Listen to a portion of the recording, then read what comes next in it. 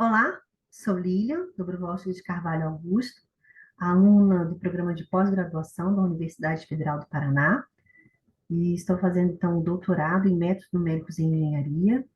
Sou aqui orientada pelo professor doutor Roberto Carlos Muro Filho. Ele me ajuda, tira as dúvidas, orienta, toma as decisões.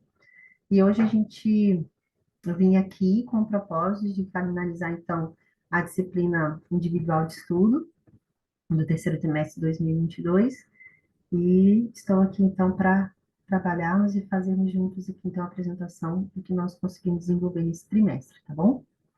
Lembrando então que no segundo trimestre eu estava trabalhando com um projeto relacionado a equações de águas rasas para resolver um problema relacionado a ele, que é um canal retangular, no escoamento, então, quando se abria a comporta, né, para analisar, utilizar o SPH, o método lagrangiano. E a partir de então, desse terceiro trimestre, eu fiz então a troca de orientação, e aí aqui agora eu estou fazendo uma retomada para a gente fazer a programação em uma linguagem matemática, ou no MATLAB, ou qualquer outro tipo de recurso, né, em que possa ser utilizada a programação. E aí eu fiz então a programação em relação à equação de Poisson, que é a equação de calor de difusão em regime permanente primeiro, 1D. Depois eu apliquei com o regime transiente e também coloquei a função de fonte de calor não nula e outra nula. Então, a gente tem aí, são três exemplos que foram programados nesse trimestre, foi feito todo um estudo, feito toda a base em relação aos livros, estudado, montado, para que pudesse, então, tomar, então, retomada do aspecto do método, para daí prosseguir, então, agora com o estudo da tese. E aí a gente fez as programações desses exercícios para poder fazer como, desses exemplos, né, para fazer como exercício de programação e conhecimento e ampliar também a capacidade de até solucionar problemas e verificar o que falta aí para a gente poder contribuir no estudo e na aplicação aí da tese, beleza? Então, eu vou compartilhar aqui agora. Deixa eu fazer aqui o compartilhamento. Deixa eu só pegar então aqui a apresentação. Vamos lá, não tem muito tempo, né? Vamos fazer aqui. Então, esse aqui dá para sair. Vamos sair. Aí. Então, a gente tem aqui uma introdução, uma pequena introdução ao método Lagrangiano SPH. E aí, a partir de então, eu vou começar a mostrar os resultados que eu tive nesse trimestre, tá? Vamos começar então com a base. Então, eu peguei uma aplicação da equação de Poisson, que é essa equação aqui, conhecida como equação de difusão de calor em regime estacionário. A gente então tem as condições de contorno no ponto inicial zero, essa equação aqui ser 1, né, porque elevado a zero é 1, e no ponto 1, né, na posição 1, no intervalo fechado 1, a gente então tem que é igual a E. Então, a solução analítica é elevado a x, e aqui então a gente tem a equação de Poisson, e através dela a gente vai fazer então a determinação para a resolução utilizando o SPH pelo operador laplaciano, que é dado por essa equaçãozinha aqui. Então, a gente tem uma função escalar aqui, a gente então tem essa integral, variando então em relação à função núcleo, né?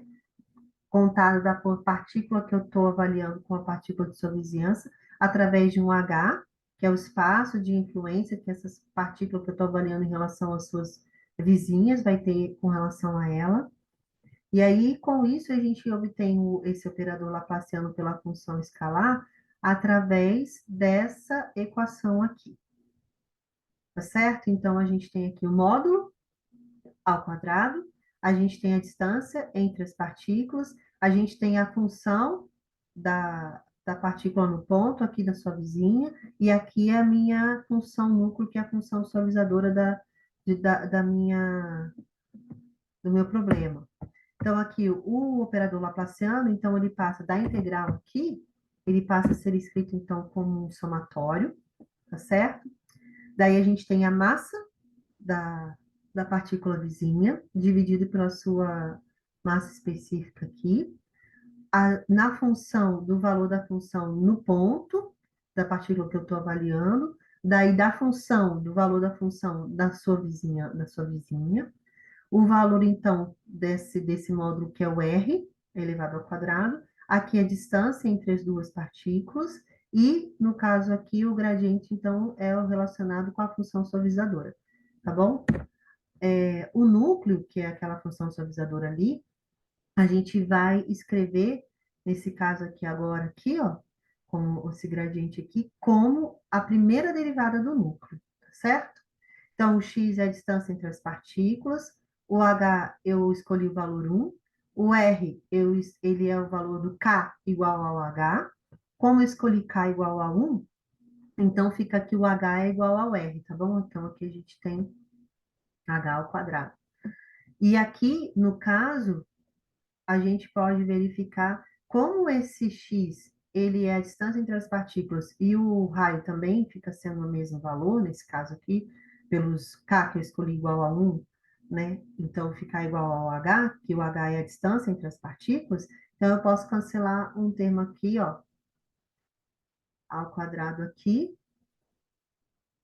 tá vendo? Ó, x vezes x ao quadrado, e o x ao quadrado aqui, e aí eu tenho, então, o operador laplaciano dessa forma aqui. Esse f, então, é a alfa em relação à função suavizadora. Cada função núcleo tem um valor de alfa.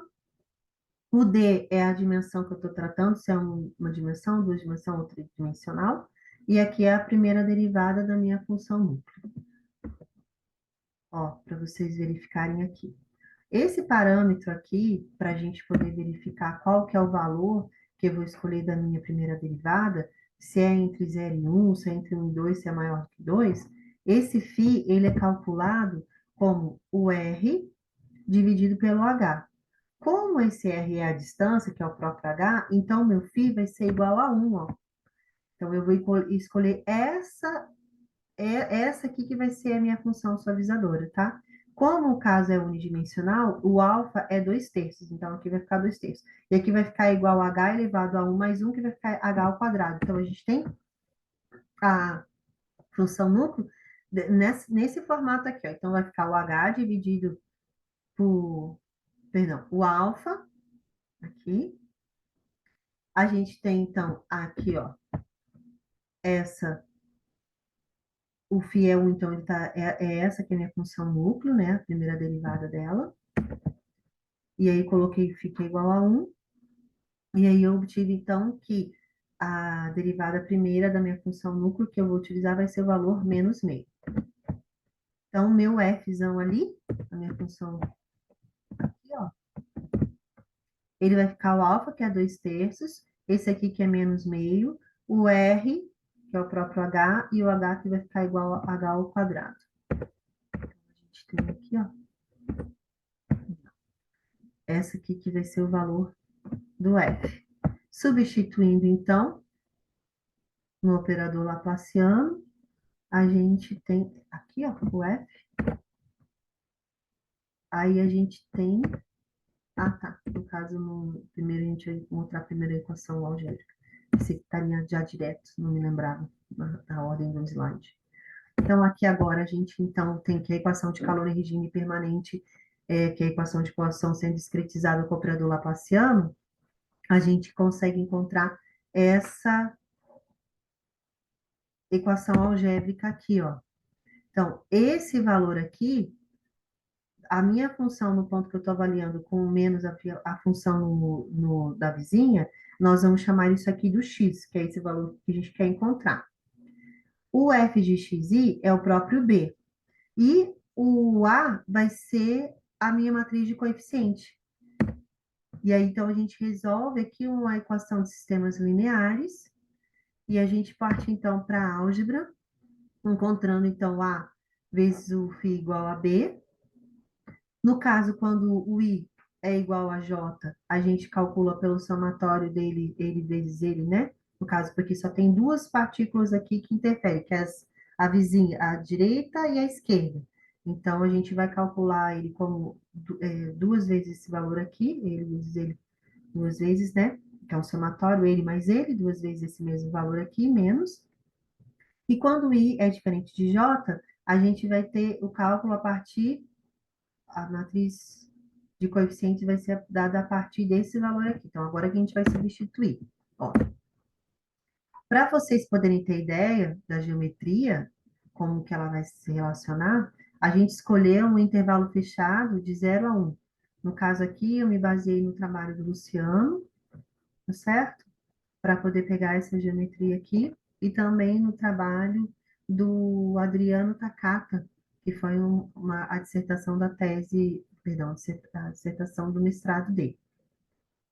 Então, o H que eu escolhi são 8 intervalos, e aí cada um deles intervalos aqui vai valer 0,125, aqui 0,25, 0,375, assim sucessivamente até chegar no 1.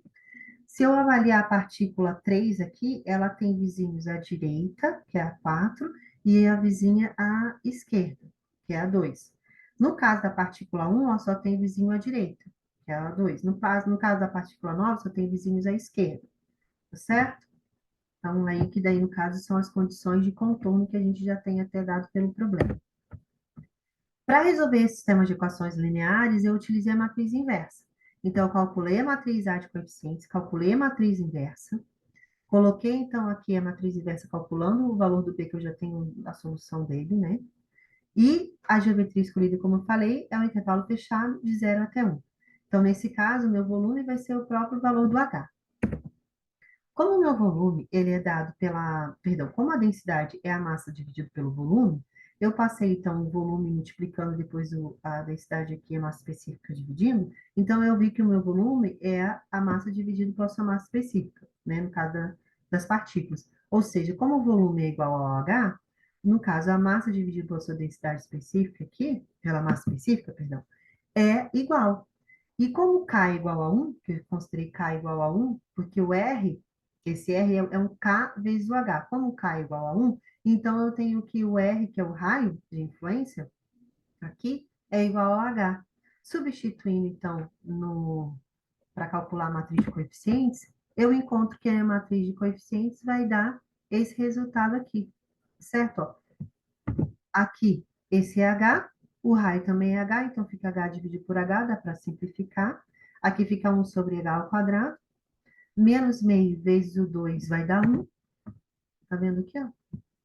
Então, eu tenho que o meu A e J vai ser igual a 8 ao quadrado, que é 64. E isso é quando o I é diferente de J. E quando o I é igual a J, a gente vai fazer 64 mais 64, que dá 128, vezes o menos 1. Ó, porque é o somatório aqui, né? Ele é dado pelo somatório, ó. Tá vendo? É o somatório dos valores aqui. Então, é 64 mais 64, fica menos 128. Então, a matriz de coeficientes, ela se torna uma matriz tridiagonal, tá aqui. O B, a gente já tem como calcular, porque a gente tem já os valores do X, né, para cada ponto. Aqui, eu vou só parar de compartilhar e vou mostrar aqui no Maple o que eu fiz em relação aqui no caso. Aqui eu vou colocar já com 32 partículas, ó. Aí a gente já tem aqui, então, o resultado, ó. Então, eu calculei, declarei as minhas variáveis, calculei, então, o φ, né? Encontrei qual vai ser o valor dele, no caso aqui o φ é 1. Calculei, então, a minha matriz de coeficiente, tá aqui, ó, calculada, bonitinho, né? Tá aqui os valores. Gerei, então, o valor do B, para calcular o valor do B para cada x, né? Elevado a x aqui, ó, a cada ponto. Gerei, então, a matriz inversa, multipliquei a matriz de coeficiente pela sua inversa, a inversa dela pela matriz, tá aqui. Tá vendo aqui? Fiz, então, a sequência dos pontos, das posições. Gerei, então, aqui uma lista com o resultado numérico, né, do A da sua inversa, a matriz de coeficientes vezes a sua inversa que está aqui, ó, no caso, a inversa dela vezes a sua matriz de coeficientes. Gerei, então, uma lista. Aqui, no caso, está o gráfico da função, da solução analítica. Perdão por ter falado errado. Gerei, então, aqui os dois gráficos e plotei aqui os dois juntos. E aí você vê que tem aqui a aproximação. Aqui nesse gráfico aqui só está faltando as condições de contorno iniciais. No zero é 1 e no 1 aqui é o próprio E, né? Que é o 2,7 tal. Então tá aí, tá certo? Então esse aqui foi o resultado para a primeira equação que a gente já tinha feito até com o material de qualificação da tese. Aí agora a gente vai mostrar o que eu consegui progredir nesse trimestre que passou. Peguei então agora esse probleminha, e aí agora, como a gente está avaliando com o tempo, e o tempo agora é diferente de zero, é maior que zero, então se torna um problema em que o tempo é considerado, no caso, no anterior o tempo ele não era considerado, ele era fixo, né? Aqui então o tempo é considerado. Então, para essa parte aqui temporal, a gente vai fazer para esse termo temporal ali, a gente vai utilizar ou um método explícito, que é o método de Euler progressivo, ou um método implícito, que é o método de Euler regressivo, ou um método que é semi-implícito, que é o Crank-Nitzsch. Esse caso aqui eu não apliquei na solução dos dois problemas que a gente vai avaliar a seguir, tá? Então, considerando, então, no caso de um método explícito, que é o método de Euler progressivo, o termo temporal, ele pode ser aproximado com o valor da tua função no tempo seguinte, menos o valor da tua função no tempo que você está na partícula que você está avaliando, dividido por esse ΔT. Então, substituindo esse termo temporal na equação, e o Laplaciano junto na equação de calor, a gente obtém essa equação aqui. Esse ΔT eu passei multiplicando, e aqui, ó, no tempo em que eu estou, eu passei que estava diminuindo, eu passei para cá somando. Com isso, eu tive essa expressão aqui, ó. Ficou o n mais 1 no tempo mais 1 na partícula que eu estou avaliando vai ser igual a minha função no tempo que eu estou na partícula que eu estou avaliando, mais duas vezes o mi, e daí vezes todo esse somatório aqui, só que tudo isso aqui vezes ΔT, tá bom? Com isso eu fiz aqui, ó, lembrando que como que é um caso unidimensional, há vizinhos à direita e há vizinhos à esquerda. Com isso, o domínio de influência da minha partícula, ele só está dependendo da minha partícula à esquerda e da minha partícula à direita, ou seja, x menos 1 e x mais 1. Então, a aproximação da partícula depende apenas das partículas vizinhas anteriores e posteriores. Com isso, eu posso escrever dessa forma aqui, ó, sendo sigma igual a 2 daí a massa de J da partícula vizinha dividido pela sua densidade, a massa específica dele na vizinha, o ΔT, o R e J e a derivada da minha função núcleo. Ah, mas aqui não era R ao quadrado? Sim, mas veja, aqui ó, o X, ele é a distância entre as partículas, porque é a posição da partícula I menos a partícula J. Como o raio também é essa diferença, eu posso cancelar esse aqui com um desse aqui, e aí por isso que ele fica só R sem ser O ao quadrado, tá certo? Nesse caso aqui, para a resolução desse exercício, desse problema aqui, eu peguei o que o Adriano Takata fez na dissertação de mestrado dele, que é a função quártica, de quarta ordem, nil quártica, tá aqui, ó. O R eu já sei que é 1, né? Que a gente calculou o R, ó, é o Rzinho dividido pelo H, dá 1. O alfa, nesse caso, para essa função núcleo, é igual a 1. Então, eu substituí aqui 1. O D, que é uma dimensão, é 1. Então, aqui vai ficar 1 dividido por H ao quadrado. Aqui é 1, fica menos 9 quartos, mais 19 oitavos, menos 5 oitavos. Multipliquei 9 quartos por 2, em cima e embaixo, para poder ter todas as frações com o mesmo denominador. E aí, aqui, então, eu obtive que a minha derivada, a primeira da minha função núcleo, para essa função escolhida, vai ser menos 1 dividido por 2h ao quadrado.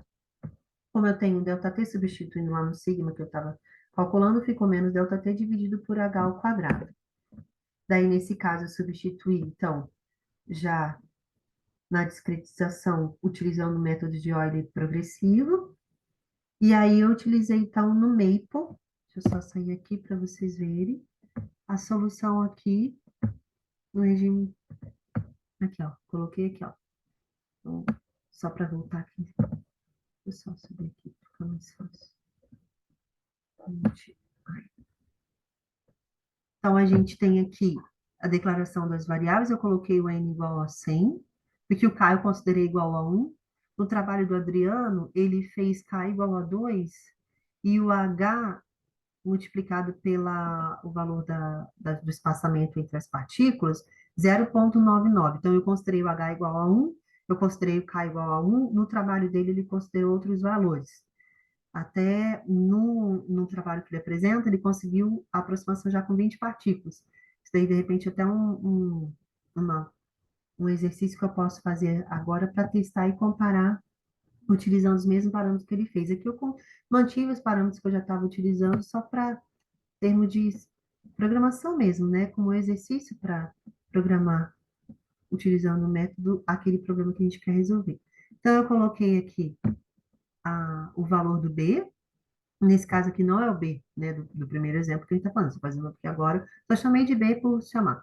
Então, calculei, então, o valor pela condição inicial do problema, já volto lá no problema para vocês verem, que está aqui calculado, em relação a cada ponto do X que a gente também calculou ali. O intervalo é 0,01, né? Porque é 1 dividido por 100. Aí depois eu calculei a posição para cada um deles, gerei um vetor. Fiz aí agora a solução analítica, só para verificar se o que foi feito no gráfico da analítica estava certo. Apliquei então o método de Euler progressivo, aqui, calculei.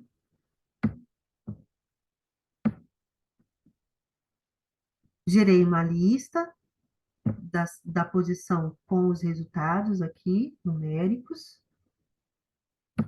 Fiz o gráfico da solução analítica com o gráfico da solução numérica, e aí a gente tem aqui. Aqui faltou colocar a condição de contorno, agora que eu estou vendo, ó, condição de contorno inicial, aqui, e a condição de contorno no final do intervalo fechado de 0 a 1. Tá certo? Deixa eu só voltar aqui agora para a apresentação. Agora a gente vai resolver um outro exemplo, que é utilizando então o método de Euler regressivo, que é o método implícito.